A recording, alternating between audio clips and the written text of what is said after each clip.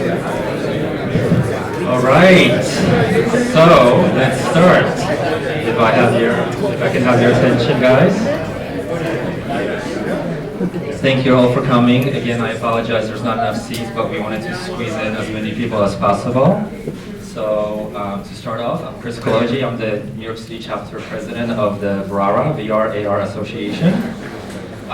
We'll start the show with some intros, then we'll have some demos, a panel, and at the end we'll have a startup pitch, and after that we'll have some networking and refreshments again, but you are always welcome to walk to the bar and have some refreshments.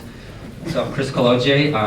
I got involved in AR/VR probably 2 years ago when I was advising a startup called Flyby Media, which was acquired by Apple 2 months ago.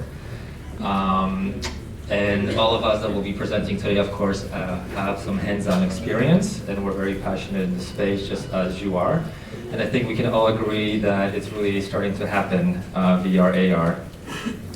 So I have some slides for us.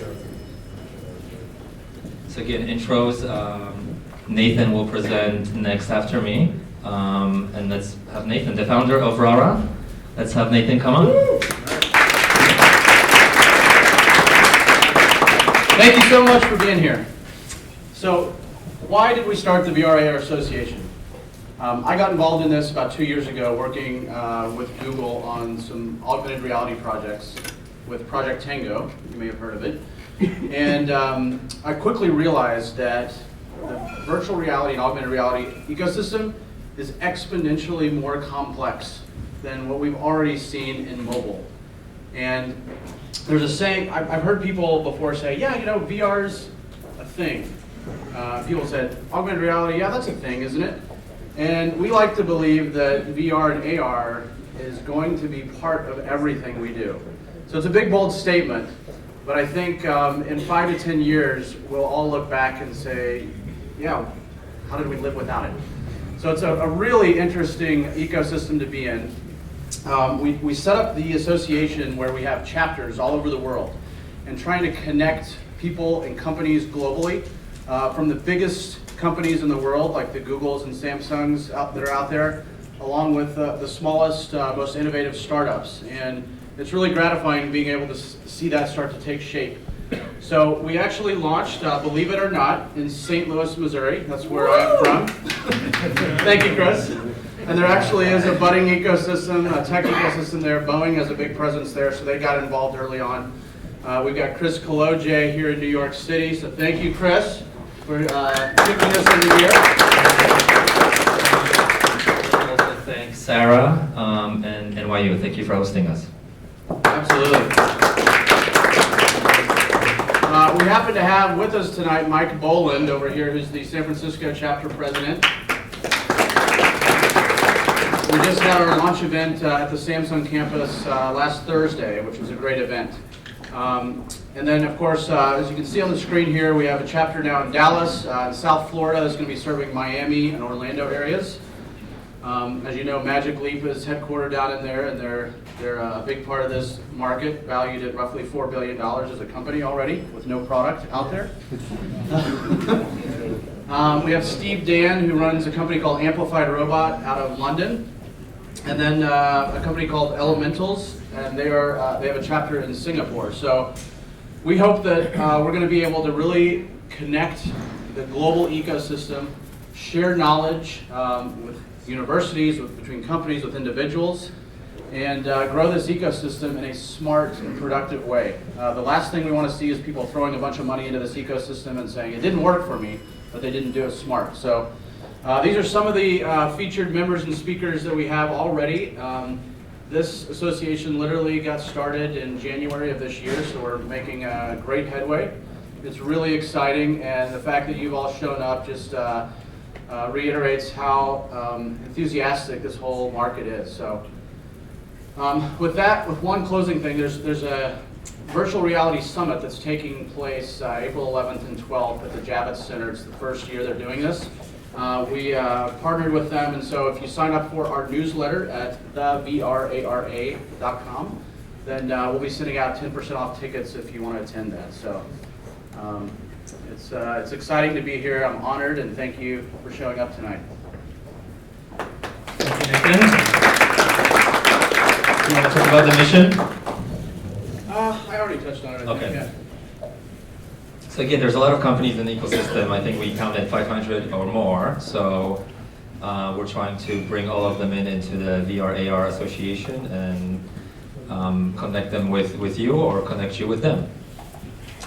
So, as you all know, it's starting to really happen. There's a lot of tech headsets happening. One of my favorite ones is actually Meta. I don't know if any of you heard of Meta. Okay. They have something special going on with like natural, interface with your eyes and your hands. So do check them out. In terms of brands, as you probably know, a lot of them are getting involved in AR, VR content. And the two big question marks is Apple and Amazon. The Apple event happened yesterday. They didn't really announce anything about VR, AR, so sadly, they're still keeping it hush-hush. But as we know, Apple acquired PrimeSense a couple years ago, Flight My Media recently, as I mentioned, Metaio. So they're doing something, right? And Amazon, there was a job posting this month for Amazon to do VR video. So I apologize for the technical difficulties. So Amazon is definitely doing something as well. So it's still pretty strange wearing these headsets, right? I mean, the gamers are happy with this, but I think the average person wearing kind of this headset is still kind of cumbersome. But don't forget, these other vendors are making it more, I guess, consumer friendly for the rest of us. And as I mentioned, Meta, they have this prototype, which looks pretty cool, like sunglasses. It's not commercial yet. I think they tried to do it in the lab, but it's hard to produce, I think, and it's still like $3,000 for a pair of these. So, but I think in 5 years, it's really going to come down in price. So one of my personal favorites is the VR/AR announcement with Six Flags. Nathan and I are actually organizing a field trip to try this. If you guys are interested, we'll go ride this thing. So as you know, Samsung partnered with Six Flags. This changes everything. Six Flags introducing. Okay. So this changes everything. I'm sure a lot of you saw this video, but if not, you can just YouTube it. The other favorite of mine is a company called VRARA, and they actually have a bike with sensors and a headset. Well, you could use like Oculus and other headsets, and they have a fitness app. And I think for for many of you like myself, the motivation to go to the gym is the hardest part. So you can have this maybe at home, or gyms starting to have the VR headsets, so you actually are motivated to work out. So with that, we'll go into the demos. So the first demo is the NYU Holo Gem team, and David is here. David? Thank you. Like you said, I'm representing NYU. We do VR research next door in the Tisch building on the 12th floor. And I would like to start off with a video, if you could help me load up a video. So which one was it? It was in the browser.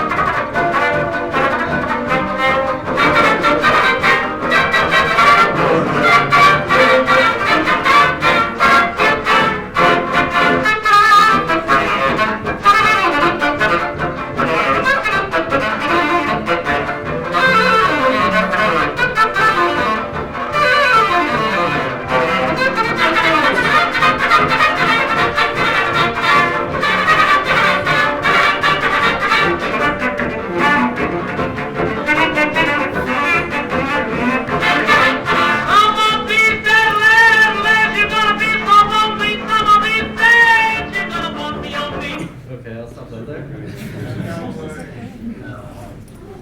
So that's a quick sample of the kind of work we're doing. We're doing a series of projects called Hollow Jams, amongst other things, but that's sort of our central project right now. My name is David Lobser. I work with Professor Ken Perlin, who started the Media Research Lab next door. There's been a lot of interesting research that's been done there over the years that involves different kinds of media. Chris Bregler was doing a lot of motion capture research.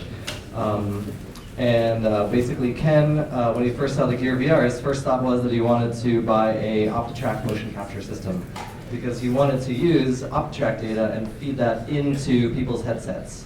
So the idea is you're in a mobile Gear VR headset, untethered, and you can walk around the room, like wherever you want, with other people in the space with you. So we've got it up to, so in that demo you saw HoloJam. All the other ghosts that you're seeing are actually other people. So I'm in VR, I'm an avatar, I can see you, you can see me, we can reach out, we can touch each other's hands, we can interact in the space, we can draw in the space. In this case, there were musical instruments, and when you waved your hand around in the air, bats would come around and like draw lines in the air. And we're moving toward a system where we can incorporate up to 30 people in a room at the same time. So we've done 5 people so far. We did a big project at SIGGRAPH. We basically track head and hands and feet and variations thereof, and then we fill in the rest of the avatars. So instead of needing to have a complete body, like a full body motion capture system, we fill in everything else using traditional character animation techniques. So the idea is, like, we're doing these fun projects called HoloJams, and if you Google HoloJam, it's like, surprisingly, it's like our hits come up first.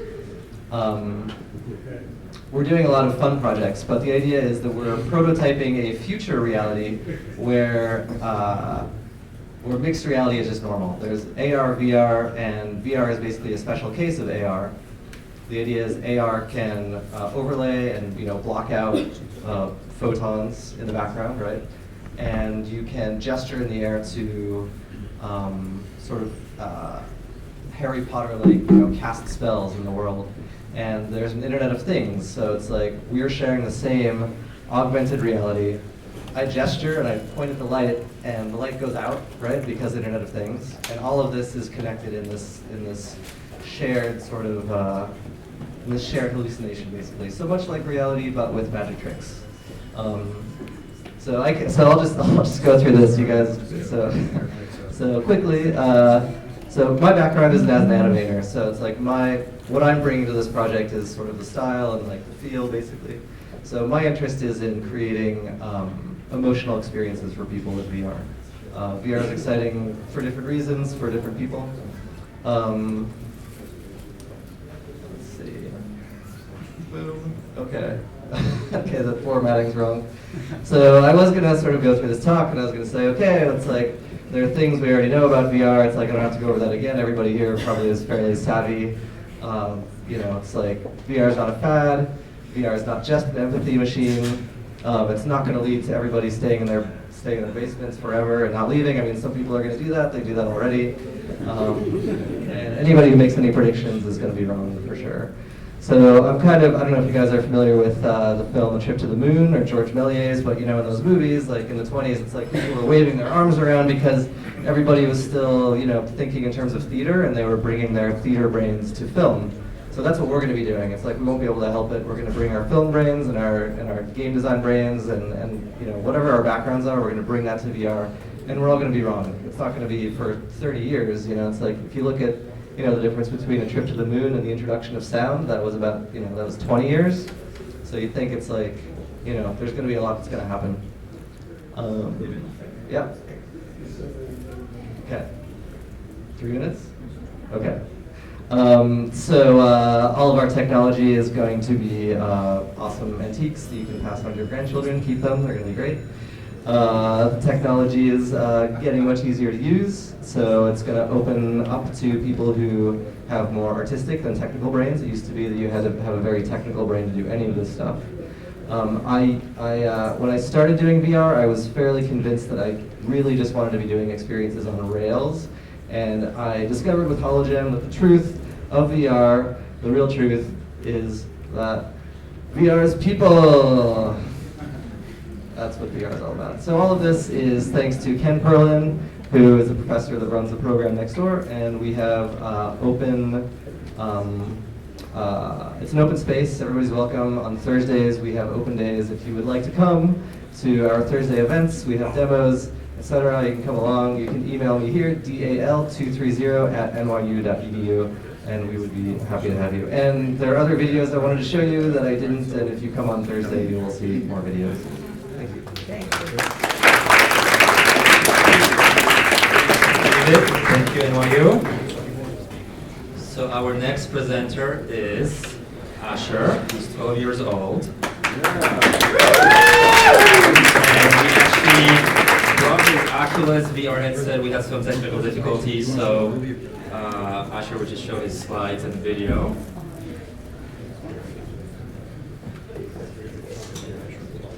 All right, Asher, it's all yours. Hello. As Chris said, I'm Asher, and I've been interested in VR for a while, ever since Palmer Luckey put the Oculus Rift on Kickstarter in like 2012. So I was following it. I didn't have one until a couple months ago, and I started playing around in Unity and like developing like demos with different technologies for VR. I'm assuming most of you guys know what virtual reality is, but just really quickly, I want to make sure everyone knows that virtual reality is like a medium where you put on a headset and you can view a three-dimensional file from a computer. So why I love virtual reality? I think that VR is really cool because it's immersive and it can like revolutionize many of the existing industries, including film and gaming. And that like so far film and gaming are mostly 2D except for like a three-dimensional movie you would see in a theater. But with VR you can see through the eyes of the main character and completely look around and see the environment as the character would see it. In travel, people can like preview the location they want to go to before visiting it. And also in like the medical business, doctors would be able to look around inside a 3D scan of their patient to provide a more accurate diagnosis than they are right now.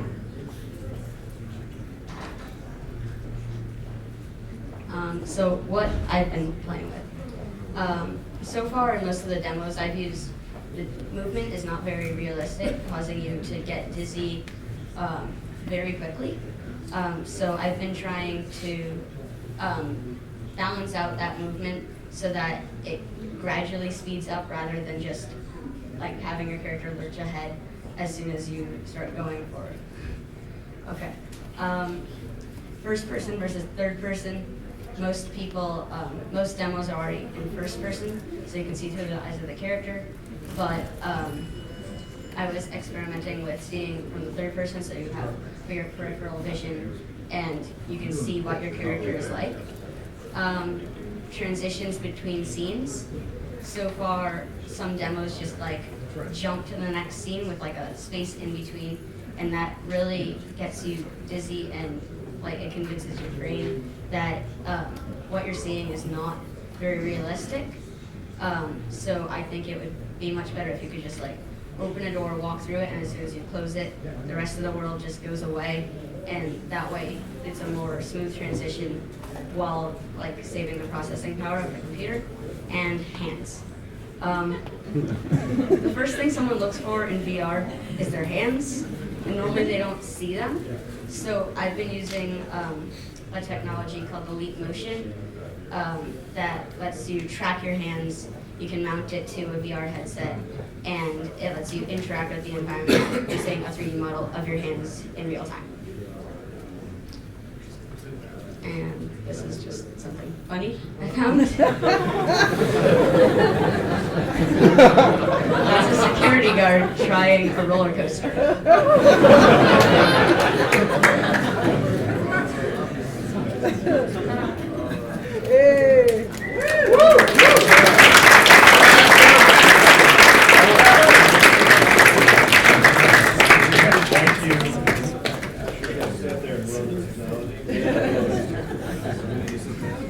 Okay. Hi, everyone. My name is Dennis Adamo. I'm with Daydream.io. We have a little booth over here. We're just going to spin. We're going to try to on the board. Check the board right there. It says, Oh, board? That's not, it's not sound. Wait for you to that's turn it banging.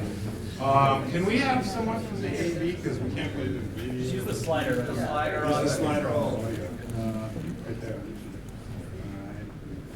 Hang on, AV moment. So anyway, Daydream. Hello. Yeah, okay, anyway, so Daydream.io is a virtual reality software company. We have a product called Daydream VR. So Daydream VR started out as a music virtualizer. It launched in November. We have already 50,000 users. What you're looking at now is the user interface, which is now a 100% wraparound panoramic VR navigation system. And this is typical for VR apps. It's very not typical for mobile Android and iOS apps, so we really put a lot into this concept. So what you see is songs, albums, artists, and playlists. Now you're listening to your personal music library, while now you're going to enter into the game feature we've just launched on Friday called Headbangers. And Headbangers is an endless runner VR roller coaster, because as you progress through this endless cycle of music generated backgrounds, the graphic presentation is completely procedural. Meaning it's generated by listening to the frequencies and beats within the music. It'll change colors. At the same time, coins are being generated. So here we're combining personal media with a VR experience. We think there's an emotional connection to for kind of not entice people to try VR. And as you progress through this game, it gets faster and faster, harder and harder, and then there's all kinds of sabotage going on. You see bombs where you lose health, and then you would continue through and gain health. So anyway, this is part of a platform strategy that Daydream VR is building, and music VR is an important component of it. We're now, in the future, you can see different features coming. We'll be adding a social component, a video and pictures component, and basically you see it there, and we're happy to give you a demo, a live demo right over here, and you know, if you have any questions, please feel free to ask. Thank you all very much. Thank you, Dennis. So, I think all the headsets are gone by now. But the next, if you could just pause the music. The next on the agenda is our panel. So Chris, Puff, Yes, Chris. will be the moderator. Yes. And you can introduce the panelists. Absolutely. First of all, thank you to Chris Koloje and also Nathan Pettijohn and NYU. You know, this is so perfect that this came together, because I've known Ken Perlin for like 20 years, and I've known Dennis for at least that long, since the days of Pseudo. I've been involved in VR and AR since 1991. But you know, we have some of the leading players in the VR and AR space in New York here on this panel, but there are many others we could have had, and I'm just going to name a few. BlipR, for those who know, BlipR just raised $54 million in a D round last month. They're just a few blocks from here, doing great stuff in AR. Little Star, how many people know Little Star? Okay, well, Ben Nunez couldn't be on this panel, but I did pitch him. Doing amazing stuff. The AP has done amazing stuff with Riot. If some of you have seen some of the great work that the AP has done, New York Times obviously has done some great work. So there are so many people that we could mention, but here we have them. I just want to introduce from my left to your right, going in order, is Ariel Shimoni from Startup. Give it up for Ariel. He's the director of virtual reality. He's going to do a quick presentation. So I'm going to do a couple of slides with the help of our navigator over here, Mr. Owen Bush. To his left is Marco Ricci, who's the producer with Edge DNA. Give it up for Marco Ricci. And in the middle is Caitlin Burns, who not only is the COO of DataVise, but she is also the vice chairman of the Producers Guild of America New Media Council. Please give up for Caitlin Burns. And next to Caitlin is Justin Morris, who's the co-founder of a great firm called Azimuth Studios. He's based in Brooklyn. Please give it up for Justin. And last but not least, all the way on the end from the Bronx, we have Miguel Sanchez. He's the founder of Mass Ideation. Give it up for Miguel. As Chris mentioned, I'm Chris Paff. I'm one of the founders of the Producers Guild of America New Media Council. I run a consultancy, Chris Paff Tech Media LLC. I work with a lot of ventures globally in this space. So I'm going to quickly, with the help of Mr. Owen Bush here, get to my slides. I think they're here. So really quickly, if we can get the cursor here. Yeah. Right here. PowerPoint. Yes. Yeah, absolutely. We're 2D here for this purpose. Yeah. See what happens when you don't run it off of your box? Yeah. All right, there we go. It's okay. All right, there we go. There we go. Remotely. Well, that's what I'm calling a street smart view here. Just getting New York wise ass. So really quickly, one of the things that, and not to get too academic here, but augmented reality, for those who don't know, is really layering immersive experiences on top of physical reality. Virtual reality is immersing people into something new. Some of the things there, Jaron Lanier, 26 years ago, was one of the first to really popularize the idea of virtual reality and something that was really immersive. Some of these things, I can put these slides on SlideShare for you. What's happening now, as mentioned by the way, give it up for Asher Weintraub. How cool is this? He was so for those who, some of you were at the event that I did last month for the Producers Guild called VR for Producers. Asher was in the audience, and I think Caitlin pimped him out. It just happens that his mother is none other than Caroline Barron, who's one of the prominent members of PGAs. Please give it up for Caroline Barron. For those of you who watch Mozart in the Jungle, how many watch Mozart in the Jungle? You can lie. No, it's a great series. She's responsible, and she's responsible for Asher. So anyway, Palmer Luckey, we all know about. HTC and Valve, just last week, 2 weeks ago, Sony PlayStation VR was announced at $399. These are high price points, but we're also seeing a lot in web VR. We will talk a little bit about that tonight. And we're seeing a lot in brand work, so you can take some of this in. And again, the interest for us, particularly as producers, is that we're seeing more funding and stories for VR, which should be obvious to everyone who has a pulse. But there are really more devices, there are more ways to extend stories in VR, including in transmedia extensions, which Caitlin can talk about.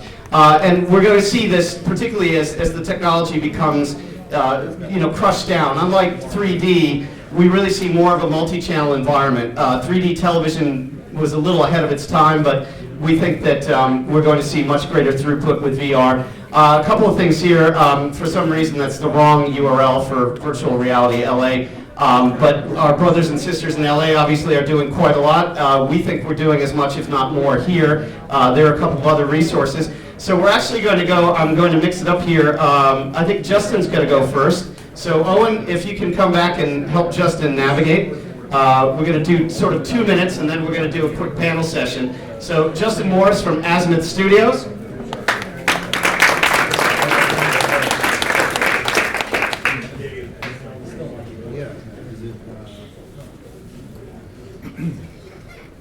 How you doing?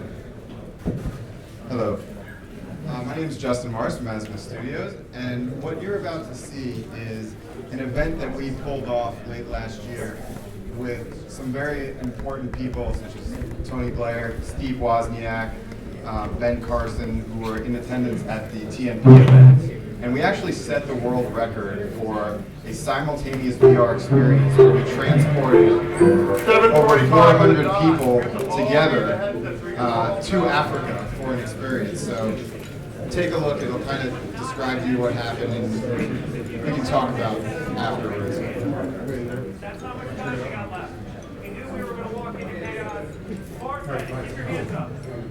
Brad is a virtual reality dude who helped us put all this together. Yes, simultaneously we'll set the world record for people experiencing virtual reality at the same time. Okay, if we could all stand up. Okay, we're down to 1:25. Everyone's looking good. 35 seconds from now, it's just gonna start. All right, here we go. 5, 4, 3, 2, 1.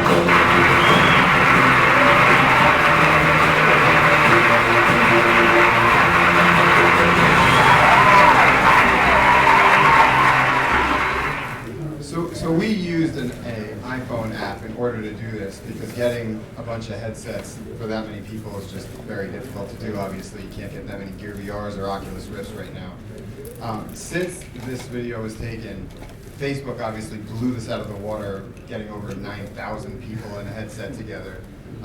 But you're just seeing how many people can actually move in the same experience emotionally. It was really impressive to see how everyone interacted with one another. You hear the oohs and ahs simultaneously. You really saw how people connected over this and how they were moved by it. So, and that's one of the major things about VR and AR is that really can move you in a different way than just watching a movie can, because you actually feel like you're there. And it's one of the most important parts about VR is getting that feeling of connectivity with the rest of the world, even though you're in this enclosed environment. So I think you're going to see more and more of that in the future. Thank you to Justin and his team at Azimuth Studios. Next, I think we're going to have Caitlin Burns come up, and Owen, if you can help her navigate. Sure. Hi, everybody. I'm the COO of a company called Databise, and we are a New York-based innovation and design studio. We work in 3D environments in 360 degrees for V, and primarily we're working in web VR.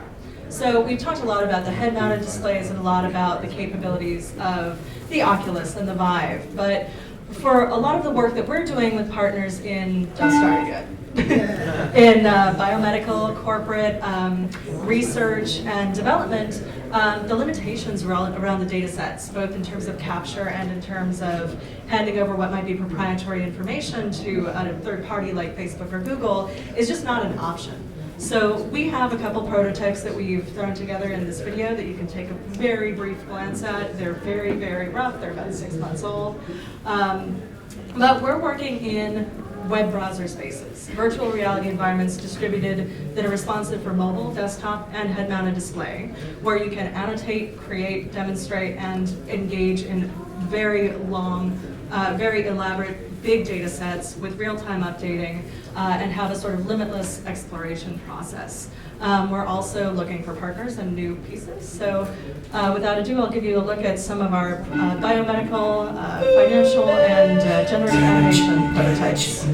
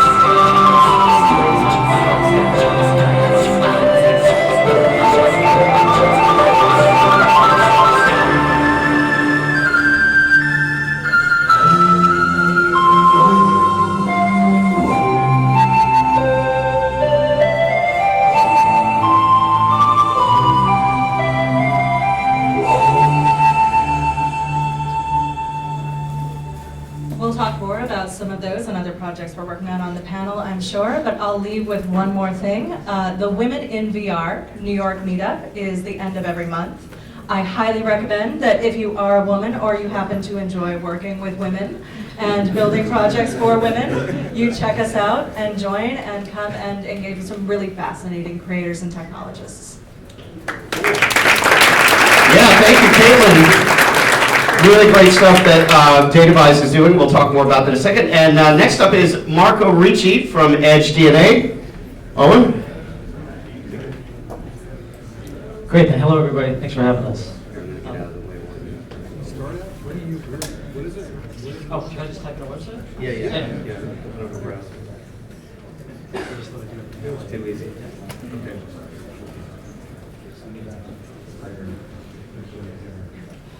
So I'm just going to go to our website.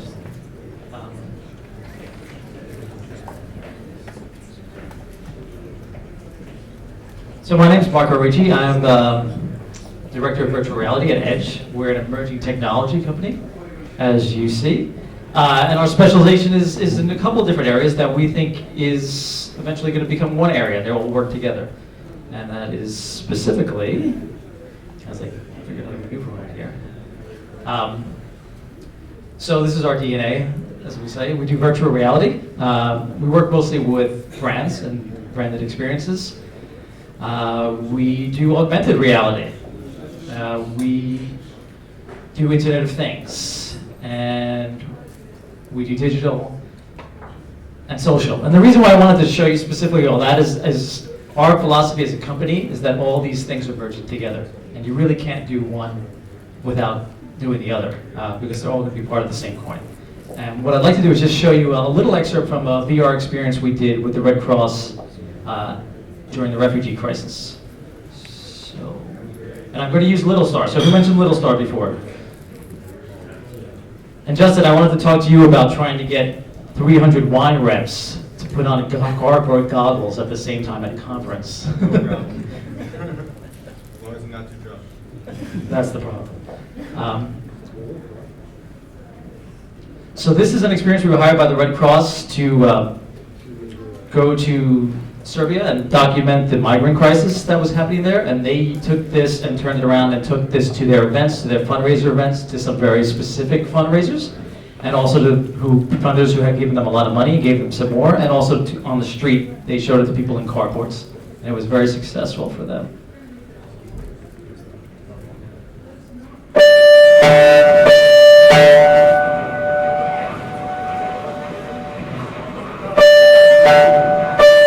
Just maneuver around as we can. So this is.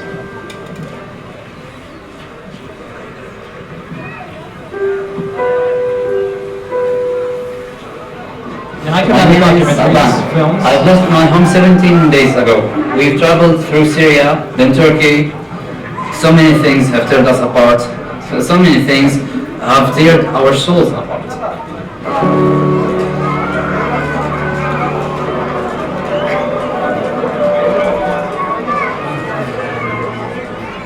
Today, there are more than 60 million refugees in the world.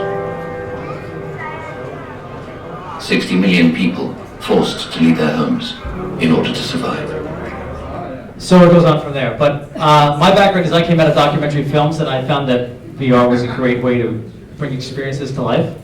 And I do a lot of the production, and Magnus, who's also here as well, does a lot more of the AR stuff. So if you want to talk to either of us, we'll be around. Great, thanks, Marco. Next up is Ariel Shimoni from Startup. And Owen, why don't you come back and help navigate here? Hey, everyone. No, this is you, right? Okay, who's next? These guys? Very good. When I go full screen, it just goes black out.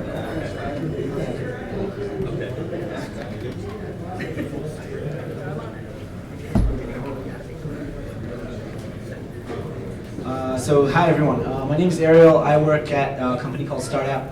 We're based here in New York City. We're a mobile data and marketing platform.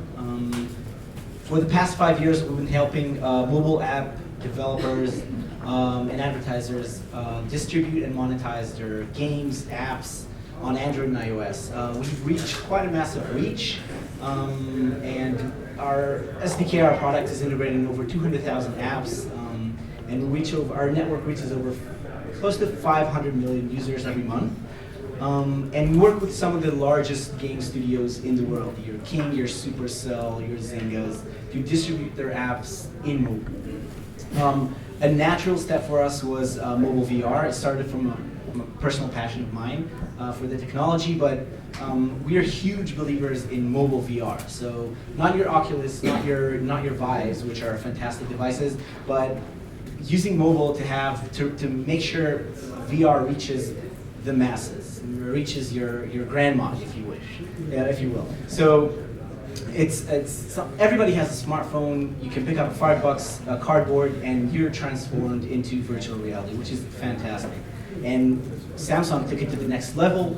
We know that Google is working on some sort of next step to the cardboard, which will probably have a dedicated platform, and probably Apple is working on something for the iPhone. I'm figuring them into it. So, as a marketing company, our job is to deliver our advertisers a message, and this was a huge challenge for us: how we convey those messages in an immersive environment. So, forget your banner, forget your flat banner. We wanted to create something that is really, really immersive and kind of interacts and is on par with the content you're consuming in VR. So yeah, opportunities for marketing and for advertising is endless. Brands are all over this. Specifically, we started with our niche, which is games, which is really cool. So we're transforming mobile ads that are games into immersive experiences. The video doesn't work, so I can't show it. Which is too bad. All right. Imagine there was a really cool demo when you're all in. All right. Thanks, guys. Well, you can go to startapp.com. Last but not least is Miguel Sanchez from Mass Ideation.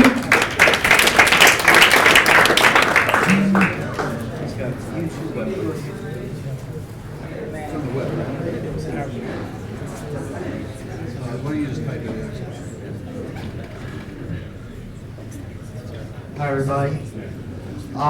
My background came from doing interactive ads for Disney and mostly Flash animation. So that was where I first came across augmented reality.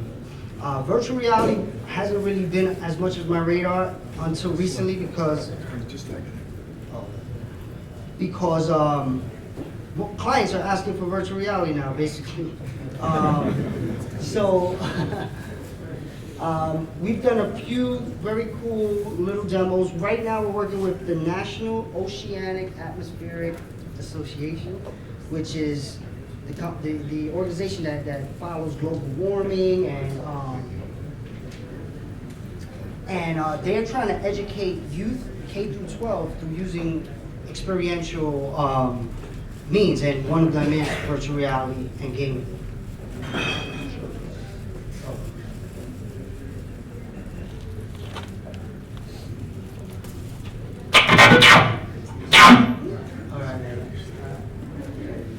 I'll show you some demos. Here's a virtual reality demo that there's no audio. So what this is, there's a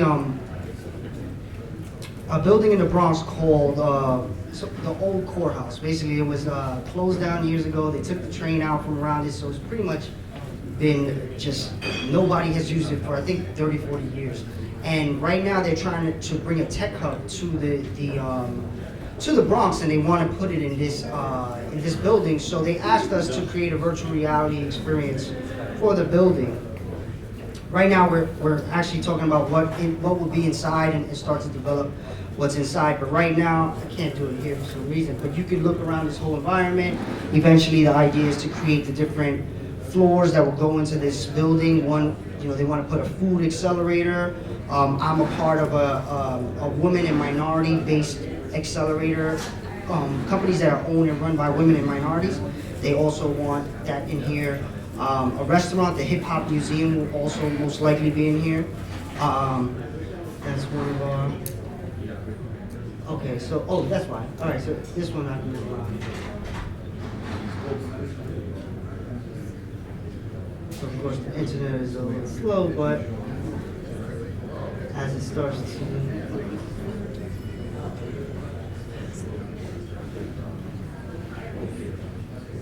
And this goes up as high as 4K, but I'm guessing the internet is not going to let that happen. 10 minutes. All right. So, and then here's one that we did for NOAA. So basically, one of the projects we started out with was trying to understand how to give the information that NOAA usually gets into an audience that doesn't typically understand all the scientific mumbo jumbo, but will understand things like fishermen every day have to go to the NOAA website and check where the pollution is in the water so they can know where to fish. And global warming, for instance, is being, there's tons of satellites every day that are checking the soil temperature and the fires in the, the brush fires and the probability that things like that will happen. So what we started to do was come up with experiences that will educate people on those crucial issues. That was just a cool, swim with fish kind of demo. This one was a real estate idea where you can take virtual tours of inside of homes.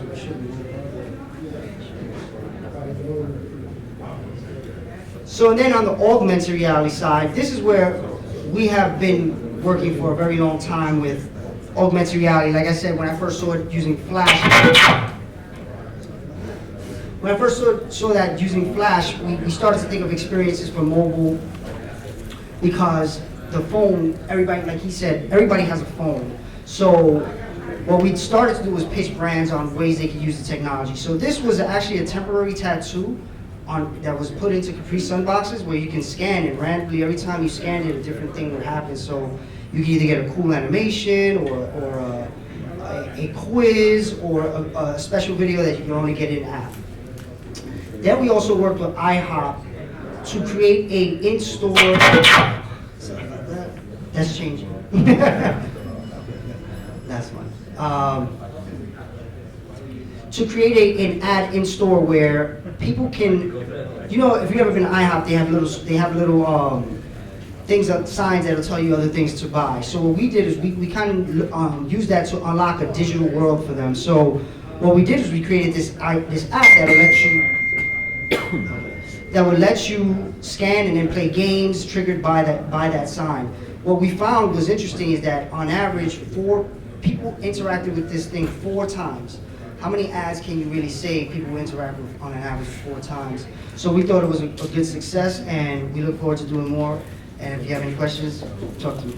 Great. Really great. I had a client years ago, Willow Peripherals in the South Bronx, and a young kid had fired a bullet from his parents' apartment, and it Então, aqui fala Carlinhos, então segue aí, a gente vai fazer uma reagruamento nesse restaurante aqui, ó. Thank you.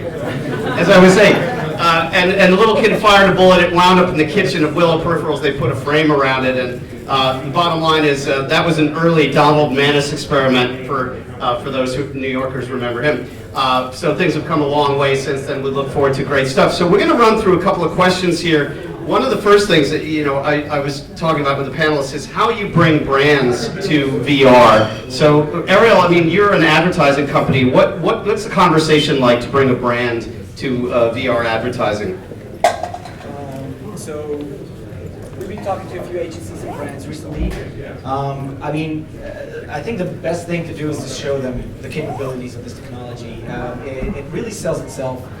But specifically for brands, and I think what this technology can do is, a lot of times people talk in VR about the concept of presence, where you can really feel like you're a part of something. And for brands to convey the message and really put the viewer inside the message that they want to convey is something that is unprecedented for them. Second thing is what they can measure. And this is something very, very important for agencies, for brands running ad campaigns, is how measurable this medium is. So TV is, you don't know pretty much anything. You don't know if someone's actually watching your ad or not. Online, you know where the cursor is or someone clicks on it, but that's not really that. And in VR, we're experimenting with technologies that really allow you to measure emotions while experiencing something in virtual reality. So if your ad is supposed to make someone laugh, we can tell you if someone actually laughed just by how he's reacting inside that experience. Or you want to get someone, some scared or startled. All these things are measurable. Moreover, we can actually tell you where the user is looking, where his eyeballs are looking. And that is something so important for ads, for brands, to really know if the message they wanted to convey went over to the end user. Yeah. That's critical. Yeah, Miguel? Let's see if it reaches that far. All right. I've been really working that agency and brand model for augmented reality at least for a while, and it's probably not many agencies that haven't seen my face pitching it. So I've seen is inside of agencies, even though these are the most creative people, they really don't see it. Really, you have to show them. So for IHOP, for instance, we had to create a demo, and show them. And when they showed the client went crazy, and they moved forward. So with brands, I really feel like it's a show and prove. I always tell people it's not the chicken and the egg; it's always the chicken. For this kind of stuff, you have to be able to show what this is capable of doing, and then the creative thinkers inside the agencies will start to go further with it. But without that initial push, it's really tough. Yeah. I'll just say for most of our corporate clients, the fact that when we're talking about web VR particularly, we're not talking about losing any of the addressable market that the internet holds, and we're not talking about losing the security or the ability to capture or to demonstrate data is a real benefit. We're also, when we're looking at building with corporate partners, we're really trying to use a problem-based engineering model. So if it's a biomedical group, how can we streamline the research process? If it's a group that needs to educate someone about a product, what is the best use of that? If it's AR, it's going to be one thing, and it's going to be VR, it's going to be demonstrating a different set of things. But also, what is the thing we can do with this 3D image landscape that's going to be genuinely different than what they would be getting in video or gaming? Because there's a huge palette here. And when we can do something that's even the slightest bit unusual, it tends to draw a crowd. It tends to really get people's attention. And we've also seen results within people's processes and within their corporate and institutional research times where being able to make some of these innovations has huge impact. And Marco, you guys have worked with Pernod Ricard and a lot of brands. What's that conversation been like? Well, I think with any brand, I will second that. You got to show them a demo. You got to show them a path. I think what happens is, and you got to make them excited. But what happens is, a lot of these people, this is all new to them, and their mind is running wild, and they don't know really what do I do. So we have to we usually we like to give them a starter product. Why don't you start by doing this, or why don't we do a test around this, and let's get your feet wet so you can get acclimated to it, because they're also spending money, and it's all new to them, and they can't prove a return and all this sort of stuff. And especially on the VR side of it, how are you going to get eyeballs on it too? So we like to get them excited, but also give them a path and try to solve a problem for them if we can. Right. And web VR is something I know some of you have worked in, and particularly Caitlin. Talk about that, because I don't know how many people here really understand what the opportunity is for web VR for producers. It's primarily been pioneered by the good folks at Mozilla, and it's part of open source platforms, and there are a few groups working now on proprietary platforms in lab environments and corporate environments like DataVise, where we're building functional tools either for mass outreach like Kokowa, or specifically for problem-oriented engineering solutions. And basically what it means is you go in a web browser, iOS or Android, desktop or mobile, any of them, it doesn't really matter which, as long as it's above a certain threshold of browsers, and you are able to go into a VR experience. And that can be Graphics, it doesn't play as well with iOS yet, but that's an issue for video codecs everywhere that we've all encountered in our pasts. But it means that you can create this updatable, immersive environment that's in a website, so anyone can access it. It's incredibly responsive, mobile, desktop, or port into head-mounted displays, and there's a lot of potential for it. It doesn't have the same sort of deep immersion as the game environments that we're seeing coming out of Vive or Oculus might have, but that doesn't make it less useful as a tool. It has an incredible flexibility, and in terms of accessibility, you can't beat it, because you need to, like, we have programs like the WebVR Starter Kit, where if you have a basic knowledge of JavaScript, or even a limited one, you can start programming in these environments, and the limitation is your ability to put in the time and your graphic design skills. But it's an area where there aren't that many people working, but there's an incredible amount of opportunity. Right, and one of the other opportunities is to look at 360 as part of this, particularly for live. And I wanted Justin to talk a little bit about some of the work that Azimuth has done, both in live but also for sort of daily storytelling and journalism. Because what you showed is just a piece of what you're doing, and I wanted you to talk a little bit more about that aspect of it. Yeah, and like I was talking about before, connecting with audiences is really critical. And when you use documentaries, especially in VR, when you're in a headset, unlike when you're in a web browser, you're much more immersed. And you feel a lot closer to the material. We actually have another documentary version of what was shown there that you guys can get to see that's actually going to premiere at Tribeca Film Festival next month.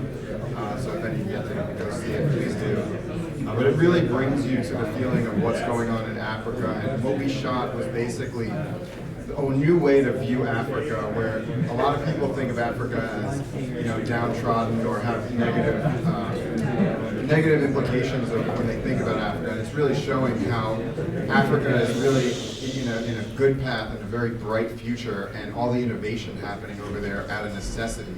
And it's really an interesting and motivating piece.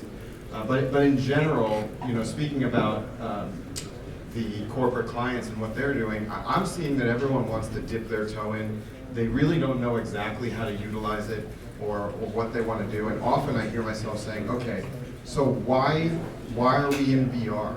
I mean, you can show what you're trying to show in a 2D environment, on a regular screen on a television, but why VR in here? And usually they have a blank stare, and like some of the other panelists were saying, you got to guide them and tell them you want to go in VR and create an experience that's going to make someone look around. I mean, I've actually sat people down, put a headset on them, and if they're not in a swivel chair, and I can't push them to make them start moving, they'll just sit there and stare straight ahead. And you really have to motivate them to look around. And once they do, you see like the ahs and now they get it and it clicks. And I think that's what you're going to see more and more with the executives in these companies. They're going to start to get it more, and it's going to be a conversation that's a lot easier than it is right now. That's great. That's all the time we have. I want to thank again Ariel Shimoni from Startup, Marco Ricci from Edge Q&A, Caitlin Burns from DataVise, Justin Morris from Aspen Studios, and Miguel Sanchez from Mass on Chris Map Tech Media. Thanks again to everyone, and I turn it over to Chris Peloge again. Thank you.